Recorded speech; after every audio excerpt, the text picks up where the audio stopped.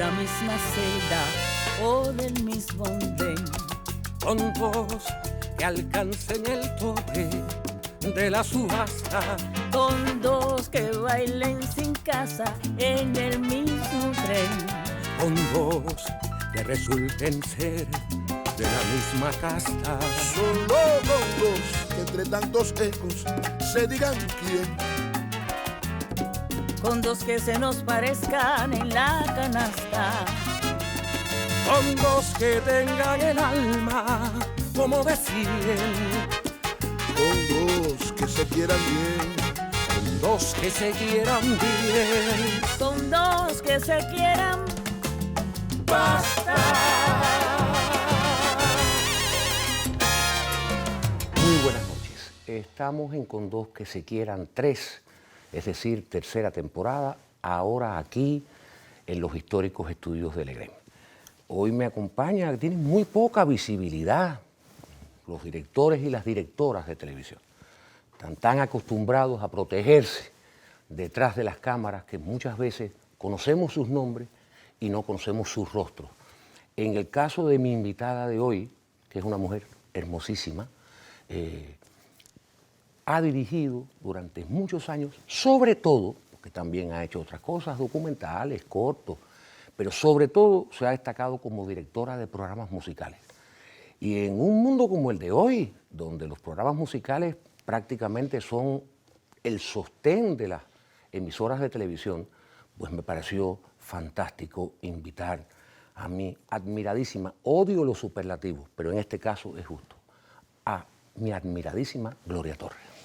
Mi amor, muchas gracias por esta invitación. Muchas gracias por venir. Tú entraste en la televisión hace 41 años, pero tu papá, tu querido padre, era una gloria de la radio, de Radio Reloj, Carlos Torres. Entonces, quisiera que habláramos primero que todo de tu papá y de la influencia que un hombre de ese prestigio pudo tener en ti a la hora de decidirte a meterte en este mundo que, como sabemos, puede convertirse en un nido de estrellas o en la boca de un lobo. Bueno, pues mi papá comenzó como locutor en Cienfuegos, en la SMHK. Para La Habana vinieron los hermanos Vázquez, Modesto Vázquez, Roberto Vázquez, y vinieron con él porque eran muy amigos allá de Cienfuegos. Y comenzó a trabajar en CMBF, una emisora musical del que todavía existe, y Radio Reloj. En Radio Reloj empezó en Monte y Prado. Cuando se empezaron, era un jovencito. Porque ahí comenzó mi papá en el azotea de Radio Reloj, con de Soto, Travieso. Qué bárbaro. Bueno, yo era qué elenco ese. Qué elenco, eran estrellas de locutores. Todo. Y cuando se mudan para acá, para el edificio de GADE 23, Radio Centro, bueno, pues ya mi papá se muda para La Habana con mi mamá, que era cienfueguera, y nazco yo acá. Yo de chiquitica me despertaba y escuchaba Radio Reloj. Para él era, aparte de trabajar en Radio Reloj, en la casa estaba el monitor, monitoreando todo el tiempo esa emisora. Lo que para mí Radio Reloj es como acunar para dormir, como levantarme, era el tic-tac que sonaba a mis oídos siempre desde chiquitica. Inclusive hasta las maldades que yo hacía. Yo me escondía y salía a jugar escondida de mi papá, y cuando yo sentía que se acababa la voz de la radio, viene mi papá para la casa y salía corriendo para que no pasara nada. Es decir, que era hasta un anuncio para hacer travesuras para mí. Yo te he escuchado que para ti la televisión significa también muchísimo por tus padres, y que tú sientes el olor de aquellos, de las luces. Y yo chiquitica me llevaban a un programa de radio, CMQ, que se llamaba De Fiesta con los Galanes. Claro, imagínate tú. Y ahí empecé a conocer los pasillos de la televisión, los pasillos de la CMQ, de la radio, de Radio Reloj. Es decir, yo soñaba con ser alguien dentro de la radio o la televisión. Y así fue aquella cosa que me fue llegando de chiquitica. Tú entras a la televisión porque tú estudiaste musicología y piano. ¿Cuánto te ha servido? Porque tú eres de las que hace televisión todavía switchando. Es decir, cámara 1, cámara 2, cámara 3. Todavía me imagino que haces televisión así. Y para eso hay que tener, como decía Condal, Rifá, Pedraza Ginori, Amaury Pérez García, hay que tener un ritmo. Mi padre decía, tú estudias música, estudia otra cosa, no estés en la televisión, en la radio, pero bueno, siempre ese empeño. Yo comencé el piano por una perreta que me dio. Lloré muchísimo en mi casa, grité porque me regañaron. Y la vecina abajo de mi casa, la profesora Joaquina Torres, la abuela de Maurín Isnaga, prima de mi abuelo, de Cienfuegos, claro, una sí. combinación Ahí está tremenda, Cienfuegos. tremenda combinación. Al oír mis gritos y ay, mami, y me regañaba, me bajó y me sentó al piano de su casa, que el piano que aún existe, y me dijo, vamos a aprender piano. Fue un problema así como para que medio tranquilizara a la niña. Y me dijo, tienes tremendas condiciones para el piano. Sí, porque tú tienes las manos grandes. Y así comencé a estudiar piano con Joaquina Torres, y me dijo un día, en la Escuela Nacional de Arte están haciendo pruebas de ingreso.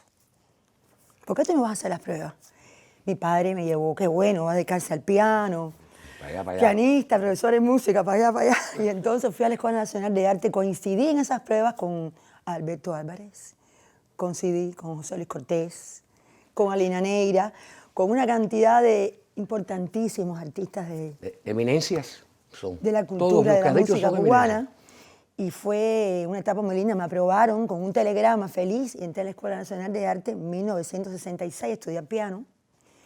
Y fueron todos esos mis compañeros de aula, que te puedo contar cuántos, Joaquín Betancourt, qué sé yo, Pablo Menéndez, bueno, muchos. Y el piano para mí fue un camino muy bonito. Pero muy lindo, te la graduaste música. de nivel medio. Terminé mi piano a nivel medio con el profesor Cecilio Tieles, fue mi profesor, y Nada más y Damelis. nada menos. Mira lo que Bueno, está. tremendo profesor. Es que tú tienes muchísimo privilegio porque vaya compañeros tremendos y grandes profesores. Fue una etapa preciosa. Yo creo que todos mis compañeros que nos encontramos cada rato y hablamos del tema, decimos que la Escuela Nacional de Arte fue para nosotros un paraíso. Aprendimos muchísimo y fuimos grandes amigos. Ahora, pero tú no te dedicaste a tocar el piano. O sea, ¿cuándo es que tú decides? Mira, Bueno, ya me en gradué. Esa etapa nació mi hija Janet. Ujú, claro. Y Tu única hija, mi además. única hija, directora de programas de televisión hoy en día. Siguió el camino mío también, por suerte o por no sé qué decirle. por en estos suerte. momentos Nah, no sé qué por suerte, decirle. por suerte. Pero por suerte. Y entonces, pues, tuve que cambiar mi vida. No pude trabajar, hacer servicio social en ningún lugar. Nacimiento de mi niña. Y trabajé entonces en la empresa de confecciones textiles. Muy cerca del piano, claro. O sea, lógicamente, cuando tú te gradúas de piano, terminas en haciendo Y confecciones después me textiles. trasladé para empresa de plásticos Habana. También, es una consecuencia. Era la técnica y normas de consumo. Y yo aún no sé coser un botón. Bueno. Pero bueno, tenía que normalizar todo aquel proceso. Y en el plástico igual. Empecé plástico, tenía que ver todo con los tubos plásticos, con los cubos plásticos, con las escobas. Fue un mundo que yo no sabía qué me iba a pasar. Es decir, un mundo de perdida totalmente. Sí. Pero le imploré a mi padre, yo quiero retomar mi camino, ya mi niña está grandecita, ya mi niña está en el círculo, yo quiero continuar mi camino, papi, déjame. Y entonces me acuerdo que estaba María Juana Martorell, no sé si te acordarás de Sí, ella. sí, me acuerdo. Yo La tengo- jefa fue ese trabajo. Nada más que me queda memoria. Y comencé, empecé ya como ICR, ya, en un curso de musicalización, catalogando discos y en el curso de musicalización. Ya comencé a aplicar mis conocimientos de música súper bien que me vinieron. Ya comencé a aplicar cómo la música podía tener estados emotivos, situaciones, para que los musicalizadores pudieran trabajar todo aquel mundo audiovisual que yo lo conocía de lejos.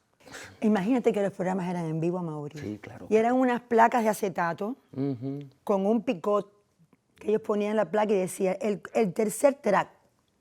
Y marcaban en el guión track 1, track 3, disco 94, 65, qué sé yo, cuántas numeraciones.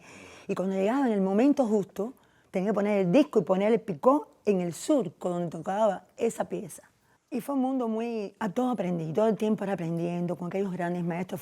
Tuve esa dicha, esa suerte, fueron mis profesores, todos ellos. Ahora, ¿por qué? Ya dijiste que tu padre y tu mamá era cienfueguera.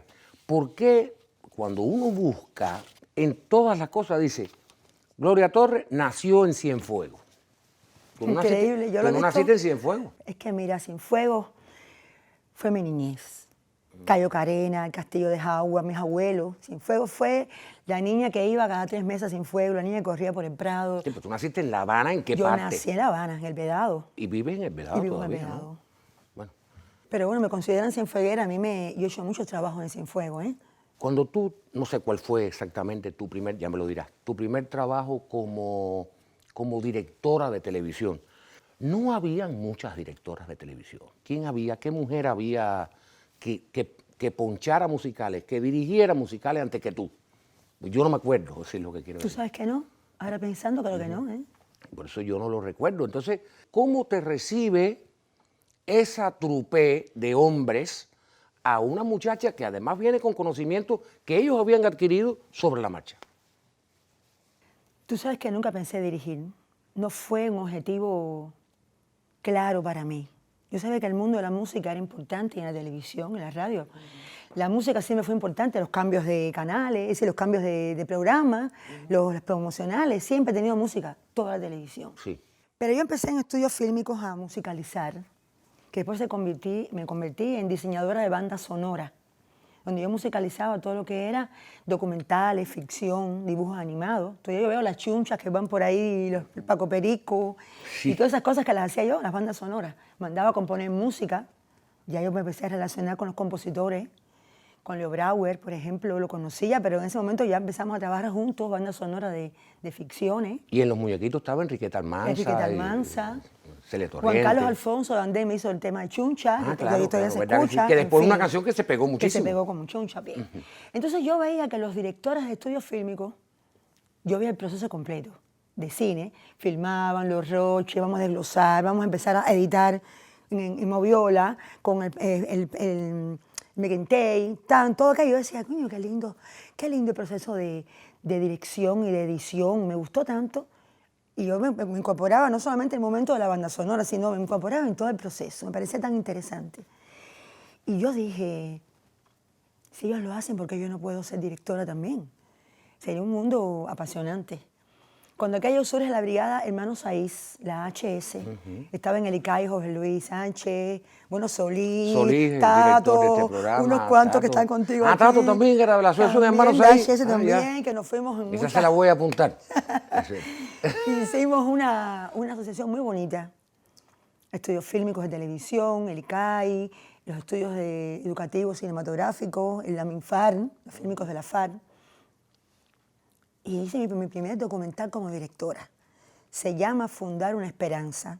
Fue a la muestra de cine joven, hice un videoclip, hice un documental que se llama Querido y Viejo Amigo, en la HS, con película vencida, reversible. ¿Qué te puedo contar? Pero utilizábamos las cámaras de cine de los profesionales. Usábamos las nagras, famosas nagras Las para famosas grabar. grabadoras, claro. Y todo aquel mundo me encantó. Las grabadoras profesionales de la época, eran las profesionales Las para el cine, ¿no? profesionales. Me encantó. Yo dije, yo creo que yo puedo dirigir algo más que un documentalito, un videoclip. Sí, a ti te parecía en Me esa pareció época. que era, tío, puedo hacerlo, qué bien. Pero en ese momento, en el 90, desaparecen los estudios cinematográficos de televisión, se acabó el cine de televisión y yo me quedé sin trabajo una vez más. Y le digo a Pacheco, ahora mismo estoy en la calle, no sé qué voy a hacer. Dice, ¿quieres trabajar como asesora mía aquí en programas musicales? Le dije, perfecto.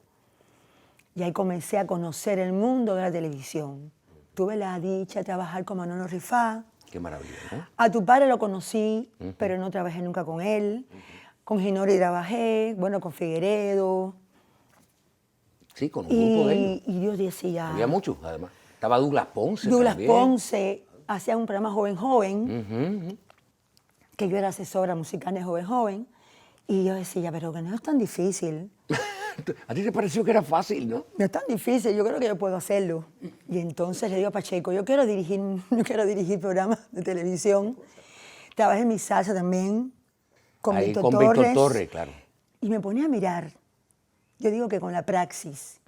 Yo aprendí a hacer televisión con la praxis cotidiana, viendo esos grandes, cómo organizaban el guión, cómo se echaban, de qué se valían. Y un día Pacheco nos autorizó a Magda González, a mí, a Charlie Medina. Magda González Grau. Grau, mi compañera del HS, hicimos también, documentales claro. juntas, mi amiga. Hicimos juntas hicimos como un intento, un programa que se llamó Te Quedarás. Yo tuve la suerte que la música me ayudó muchísimo. Es decir, saber musicalmente cómo es un esquema de la música, por ejemplo, cómo funciona el bolero, que tiene la primera, segunda parte que se canta en la letra, que tiene el momento del puente. Todo ese conocimiento musical me ayudó mucho a la hora... morfología de la música. La morfología de la música a la hora de trabajar con las cámaras. Y entonces, yo con Te Quedarás no tanto. Hice el programa a tiempo con Zenaidita. Bueno, pero debe haber sido muy fácil, ¿no? Porque con Zenaida... Pero el Prueba de Fuego fue rompiendo la rutina. Fue una coyuntura, una suerte, algo que a veces hay momentos en la vida que uno dice, me propongo algo y no lo logras, pero hay momentos coyunturales en la vida que se dan y que tienes que aprovecharlo, llenarte de valor, decir yo puedo. Yo tenía un miedo tremendo, porque Te Quedarás y tiempo era switchar 2 entrevistas para editarlo. Sí, pero Rompiendo la Rutina era un gran musical. Era un gran musical. Y yo dije, tengo que empezar con algo que me rompa el esquema televisivo y que yo sea capaz de hacerlo musicalmente, utilizar mis herramientas. Oye, además sacaste de la radio y de la prensa a un periodista jovencito, bueno, todavía joven, que es Roberto Cavada, pero era además jugártela con un muchacho sin experiencia. Yo nunca he tenido miedo, Mauri. Siempre he sido una mujer valiente, sobre todo la televisión, que es muy valiente. Yo le dije a Pacheco, yo lo voy a hacer, Pacheco. ¿Tú crees? Digo, claro que sí. Pero me empezó un jueves y a la semana pasaron por un sábado por la noche. Sábado, claro. Es decir, que era atrevido. Y yo creo que mis compañeros me ayudaron, tú sabes. A pesar que siempre este mundo hay crítica, hay quien no le gusta, hay quien dice que ella que se cree, y toda esa serie de personas que te pueden criticar porque este es un mundo muy complicado, muy complicado. Pero en ese momento tuve la suerte, tuve el apoyo de tantas personas que me dieron... Y de tu equipo técnico, ¿no? De mi equipo técnico. Yo escogí los mejores sonidistas, camarógrafos. Cavada confió tanto en mí y yo confié tanto. Dije, tú eres tú. Era divertidísimo. Suéltate. Eres un hombre que tienes un don de la palabra. Y así aprendí tanto con Cavada y aprendí a hacer ese programa. Y ese programa me sirvió para todo lo demás. Es decir, las personas confiaron en mí. Todo el mundo me dice, Rompiendo la Rutina fue tu obra. Y es verdad, fue mi obra. ¿Cuántos años duró? 2 años. 2 años, nada más 2 años. 2 años. Y Cavada se acabó porque Cavada se fue para Dominicana. Claro. Y tú sabes, Amaury, yo creo que ahora mismo ponen aquí a otra persona a hacer el programa por ti y no es igual. No, bueno. Es que la personalidad en la cara de un programa es la persona que lo guía. Yo siempre digo a todas las personas, mis alumnos, eso siempre lo digo, que un programa tiene una personalidad a partir de un conductor y un director que lleven a un consenso de qué vamos a hacer, cómo va a ser. Y eso es lo que da el programa adelante, porque él va a decir lo que tú quieres que pase y él te va a decir lo que él quiere hacer. Y eso es un trabajo tan lindo de dramaturgia, de estructura, y por eso te digo que Cavada fue muy importante para mí. Hay musicales que están en la memoria de los ancianos o de las personas que nacimos en los estudios. En Kinescopio debes haber visto aquellos viejos programas de antes de la Revolución, los de principios de la Revolución, donde están los programas que hizo Manolo Rifá, tú sabes que era tremendo esto, y los de ustedes. Como tú, no voy a llegar todavía ahora llegaré, ahora llegaré. Voy a hacer esas 3 etapas.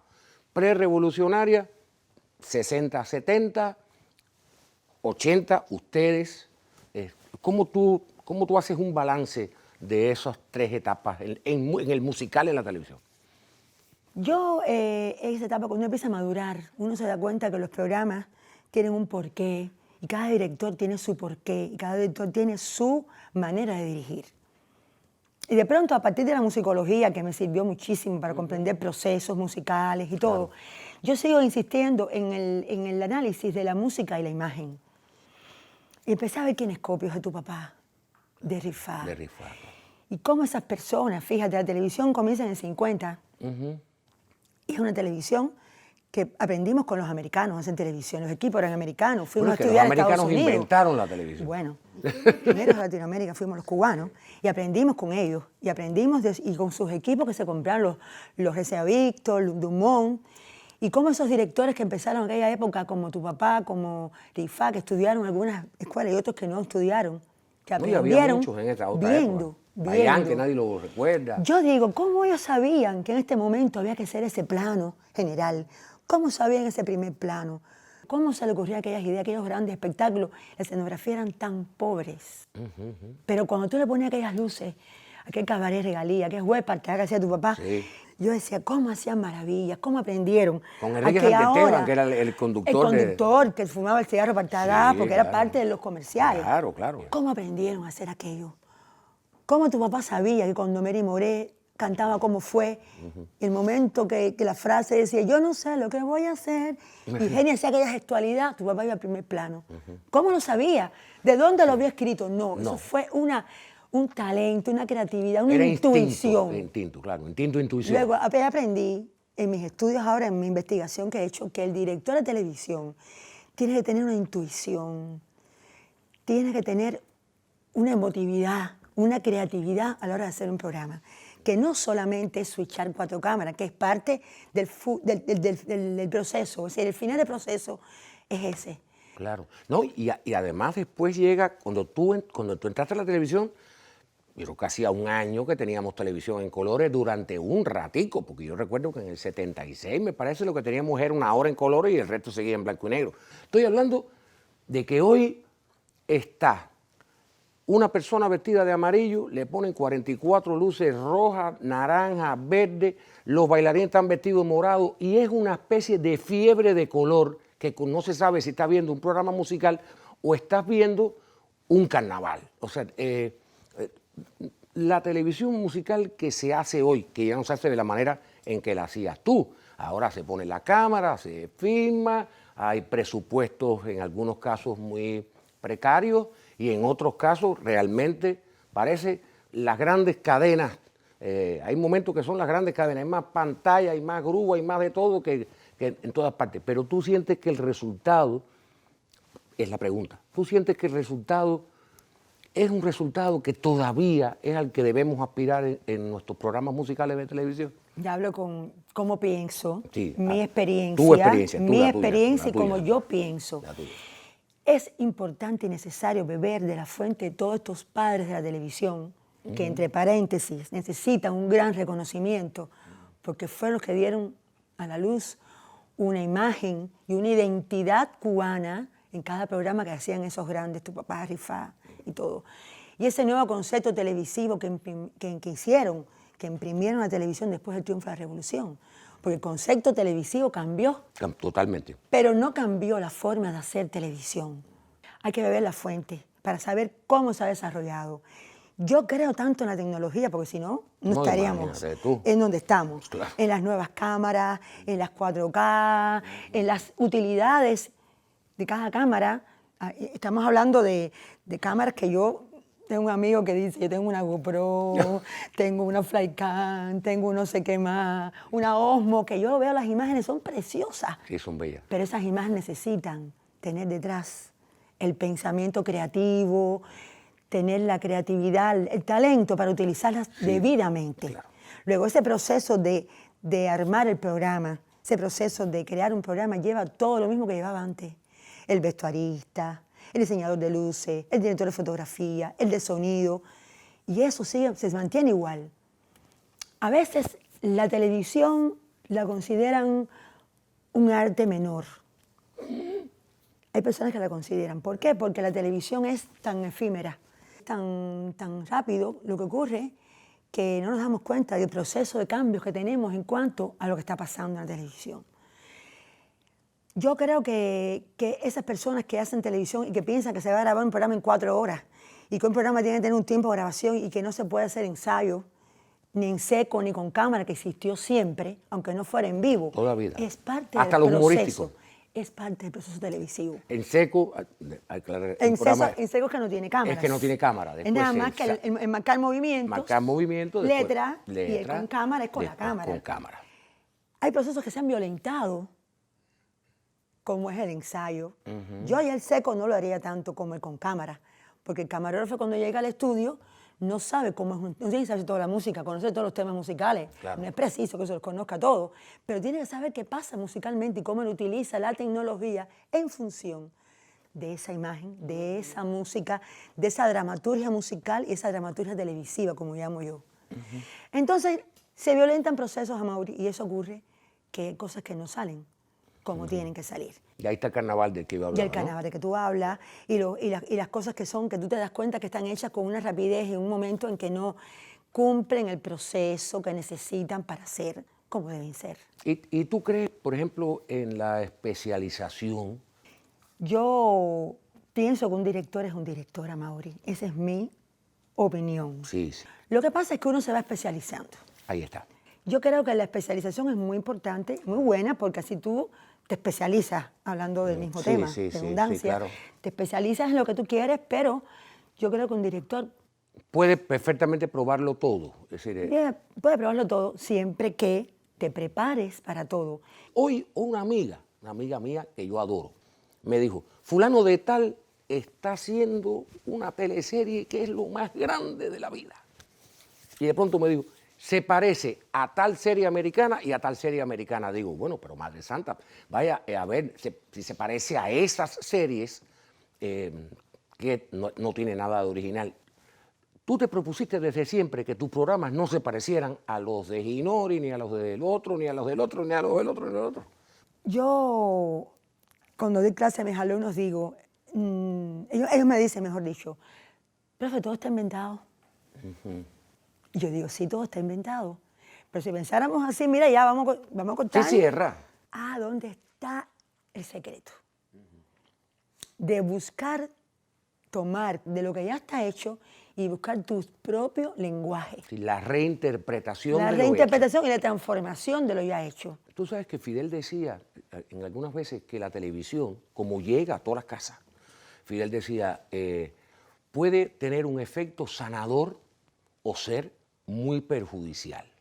O sea, por ejemplo, nosotros teníamos, es la pregunta, una televisión que nosotros fuimos adaptando y se creó la televisión cubana. Tenía un sello cubano la televisión. Un buen día apareció el paquete, el famoso paquete, que nos trajo la televisión que se hacía copiando la nuestra. Empezaron a copiar nuestra televisión. ¿Y qué hicimos nosotros?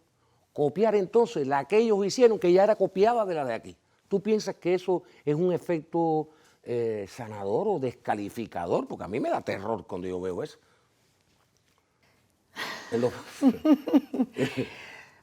La televisión, bueno, es que hay esquemas, hay programas esquemas. Está el programa esquema de los grandes premios Grammy, los premios nuestros, que tienen una estructura, de hecho, ya clásica, y uno dice, me salgo de ahí y nadie me va a querer. No, nadie te ve. Nadie me ve, porque todo el mundo está acostumbrado y nos hemos acostumbrado a ese tipo de estructura. Ya. Y perdemos lo que se llama identidad. La televisión cubana ha pasado por momentos muy difíciles, Amaury, es verdad. Momentos donde los recursos son muy pocos y donde a veces la utilización de la tecnología nos limita, de cierta manera, a soñar, a hacer nuevas propuestas. Afortunadamente, la televisión cubana ahora mismo está creciendo increíblemente, no ves la tecnología. ¿Dónde está el problema? La actualización, la preparación para hacer buenos programas con lo que nos está llegando. Tenemos ahora mismo recursos de consola, tenemos micrófonos, tenemos algunas cosas, lo que pasa es que hay que actualizarse, Amaury. Cuando tú llegaste hoy aquí, llegaste con una persona que tuvo que presentar aquí, tu esposo, que ha estado aquí con nosotros. Él lleva muchos años ya contigo, ¿no? 23 años. 23 años, son 23 años. Nos conocimos en los estudios de televisión. Claro, porque él también trabaja en la televisión, ya lo sé. Pero, ¿cómo se puede sostener, si hubiera una manera de sostener, un matrimonio donde la gran figura es femenina? No digo que él no tenga méritos propios, quiero decir, la gran figura, la conocida, la controversial, la problemática, la que unos aplauden y otros quieren arrancarle la cabeza, es la esposa. Este programa es muy feminista, este programa, sí, ya tú sabes cómo es, la Mira, defensa a de la mujer. veces es una contradicción los logros que uno tiene desde el punto de vista como artista, como creador, como realizador, y es una contradicción familiar. Yo no me propuse nunca ser nada para tu famosa, esposo igual, ¿no? ni ser, y mi esposo entonces, que es editor de televisión, yo sé que es muy difícil, solo un carácter como el de él, un carácter muy... Sí, él es como mar Pacífico, ¿eh? Yo soy la revolución. Y tú eres el Mediterráneo. Es decir, Él me dice que nunca se aburre porque es que yo no paro. Él me dice, tú es el día entero, me dices una cosa, me dices otra, ahí haces esto y haces lo otro. Es una constante revolución. Yo soy así. Tal vez por eso tengo todavía la fuerza para seguir haciendo cosas. Y él es todo pasivo, tranquilo, y él lo asume con una fortaleza increíble. Yo soy el esposo de Gloria Torres, yo no soy ni quién soy. bueno, pues ya, pues tú eres... Y mi nieta, porque tienes una nieta, claro, de ya. 23 años. Madre santa, pero qué cosa es esto. Casada y todo pero ya. qué temprano empieza en todo el mundo aquí a tener Sí, yo cosas. empecé tan pronto, chico, a Sí, los 18 tía. años. No, Tengo una nieta que tú- tiene 24 años que se casó hace poco también. Ahorita soy bisabuela, ¿eh? Bueno, Y al mundo de la televisión a ella nunca le gustó. Pero para ella también fue difícil ser la nieta de Gloria Torres. Porque, mira, este mundo es tan lindo, Amaury. ¿Tú sabes qué? Yo creo que todo ese esfuerzo, esas noches despiertas, esos momentos de incomprensión, que aún lo tengo, Y de muchas disgusto, incomprensiones. ¿Y por qué tú quieres este vaso? Bueno, porque este vaso es importante para este programa. ¿Y por qué tú tienes esta? Porque es parte de mi programa. Esas incomprensiones, esos disgustos, esos llantos, esa familia mía que a veces digo, deben pasar los pobres, es recompensada, es Pero eso forma parte- retribuida por esas personas que me dicen a mí que mis programas les gustan. Usted no va a Eso. hacer más nada, señora. Yo no me he retirado todavía, pero ahora Está lindo eso de señora. Tú conoces mejor que la mayoría de mis invitados los tiempos de la televisión. Yo te invité porque yo creo que el hecho de ser una directora de televisión y haber logrado las cosas que tú has logrado y haber pasado realmente, a veces has tenido que caminar sobre rosas, pero una buena cantidad de veces has tenido que caminar descalza sobre los arrecifes. Por eso te invité, por eso te agradezco que hayas venido, por eso te agradezco que hayas compartido conmigo un ratico y en nombre del televidente que soy, te doy las gracias y confío en que nunca me vas a convertir la televisión en un carnaval. por lo que mi parte, esa responsabilidad social para mí es muy grande, Amaury. Gracias por la Gracias. invitación. Miren qué mujerón, miren qué mujerón.